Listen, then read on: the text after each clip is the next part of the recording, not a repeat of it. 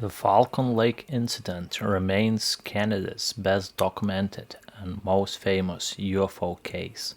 Several decades later, speculation is still rife over what occurred that day, when one man allegedly witnessed the landing of extraterrestrial spacecraft near picturesque Falcon Lake and suffered the consequences. In May 1967, Stefan Michalak was enjoying a quiet long weekend away at Falcon Lake, Manitoba. Born in Poland in 1916, Michalak enlisted in the Polish army just before World War II and later joined the Polish Home Army in resistance operation against the Nazis. It was during this turbulent time that Stefan met Maria, his future wife. Maria was working with the Polish partisans as a courier, but in 1943 she and her two sisters were arrested by the Nazis and sent to Ravensbrück concentration camp. All three were among the fortunate to survive until their liberation in 1945. Maria and Stefan were married the following year. By now, Stefan was serving with the resistance against the country's new communist regime. He was forced to escape from Poland to Canada via the Allied occupation forces, leaving behind Maria and their two children, Eva and Mark. Almost a decade later, Maria and Stefan reunited in Canada. Following the birth of a third child, Stan, the family settled in River Heights, Winnipeg. Stefan fully embraced the Canadian passion for the great outdoors. Stefan frequently ventured out into woodlands and rocky terrain of eastern Manitoba. His favorite spot was Falcon Lake, situated in a Whiteshell Provincial Park in southeastern Manitoba. The area is widely known for its various mineral deposits and is a popular destination for hikers, fishers, and amateur geologists. For May 1967 Victoria Day long weekend, Stefan decided to go look for precious metals. He caught the bus to Manitoba and checked into a motel on the side of the Trans-Canada Highway, as he had done many times before. The following morning, Saturday, May 20, Stefan got up 5:30 and crossed the road into Whiteshell Provincial Park. It was a bright and sunny day without a cloud in the sky. He walked his way through park's pine trees and climbed over a rock formation heading towards Falcon Lake. Around noon, wearing welding goggles and protective gloves, and glancing up to the sky, Stefan saw two cigar-shaped objects with a reddish glow and humps on them. He estimated that the objects were around 35 feet and 12 to 15 in height. They were hovering around 46 meters away and were eerily silent. According to Stefan, one of the objects began to descend, landing on a flat rock nearby. As it descended, Stefan realized that it was more a disc shape than a cigar shape. The other object remained hovering in the air for several minutes. As it began to ascend, Stefan saw that its color began to change from reddish glow to an orange shade before turning gray. Once in the clouds, Stefan said its colors began to change again to a shade of a bright orange.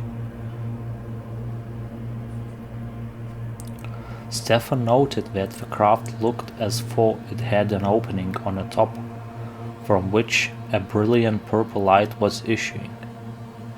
This light was so intense that it hurt his eyes to look at it, and he donned his welding goggles. Stefan assumed that the craft must be some US military experiment.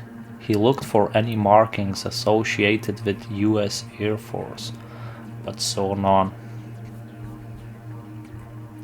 He then was sitting and watching the object for half an hour and drawing it on his notepad. Once his sketch was complete, Stefan decided to approach the object. As he drew near, the air became noticeably warm and he could smell sulphur. He heard the whirring sound of motors and a hissing sound, which he described something like air has been sucked into the interior of the craft. Stefan saw a door opening on one side with a bright light emanating from it. He also heard faint voices.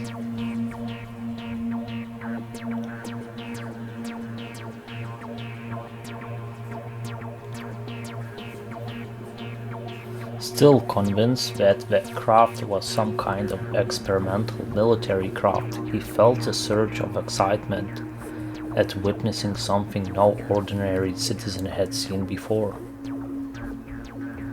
Wondering if something had gone wrong with the craft, Stefan decided to offer mechanical assistance and said, "Okay, Yankee boys, having trouble?" He called out to the voices, "Come on out and we will see what we can do about it." The voices immediately went quiet, and Stefan wondered whether maybe the occupants didn't speak English. He cautiously asked, "Do you speak Russian?" There was still no reply. He then called out in German, Italian, French, and Ukrainian, but received no response. Standing next to the craft, Stefan noticed that it appeared to be made of some unnatural smooth metal substance with no apparent seams or joints. The walls of the craft were extremely thick, around 20 inches, and highly polished.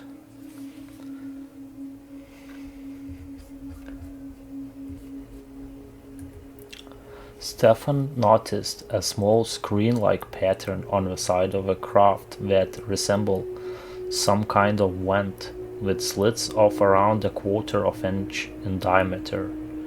He placed his hand on the craft and felt an intense heat that melted the fingertips of his glove. Moments later, the object began to turn counterclockwise, and before Stefan could react, he was struck in the chest by a blast of air that pushed him back to the ground and set his shirt and cap on fire. He managed to rip them both off as the craft took off. It hovered above the treetops and changed color and shape, turning back into cigar-like form Stefan had first observed. The UFO then flew away, leaving a sudden rush of air in its wake. Immediately after that, Stefan felt disoriented and sick from whatever it was that had shot out of the craft and engulfed him. He picked up his belongings, and the needle of his compass was whirling around as if controlled by some kind of magnetic force.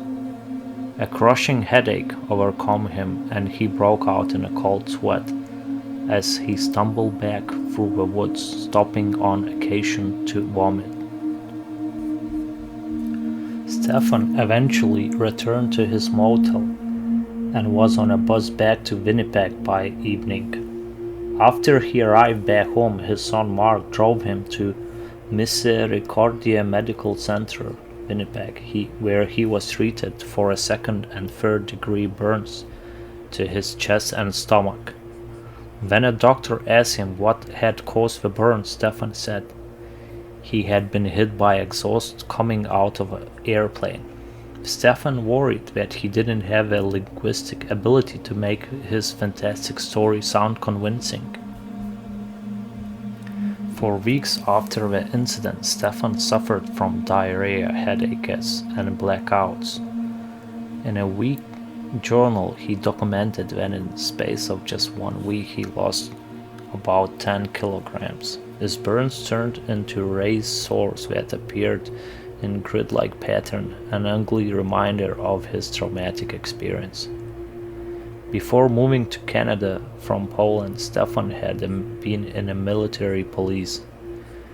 He had a great respect for authority and strong sense of moral responsibility. If he saw something unusual, Stefan believed it was his duty to inform the authorities of what he had seen. More than anything, he wanted somebody to explain to him what he had witnessed and what had happened to him. If it was something dangerous, he wanted people to be prepared.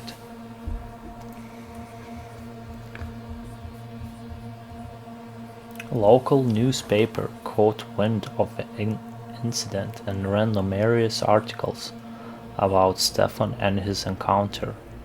Most of these reports were skeptical. The following year, Stefan visited the Mayo Clinic in Rochester, Minnesota, and paid for an examination of his, since his Canadian medical insurance would not cover it. The mysterious burn marks kept showing up on his chest, and he was having recurring blackouts. 12 separate doctors investigated Stefan and his ailments, and they concluded that his burns were caused by an unidentified chemical substance that his body had absorbed under extreme pressure. They could not determine, however, what was causing his other health issues. And during an examination at Whiteshell Nuclear Research Establishment, Stefan was given a whole body count that measured radioactivity within his body. It showed nothing above normal background readings.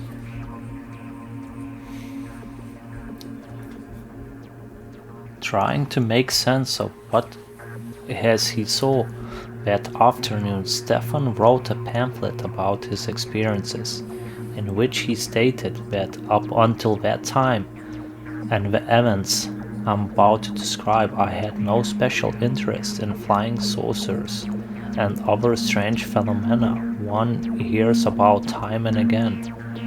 Maybe they are real, maybe not, but I had never been seriously concerned about them, not until May 20, 1967, when perhaps as nobody else, or at least very few, came into such a close contact with one of those strange objects commonly called UFOs. He ended the pamphlet by not blaming the craft for the injuries he had sustained. The burns and suffering I had endured were not caused by any aggressive moves of the craft or of its occupants. If I had stayed further away from the craft, I would not have been burned or suffered in any other way, he said.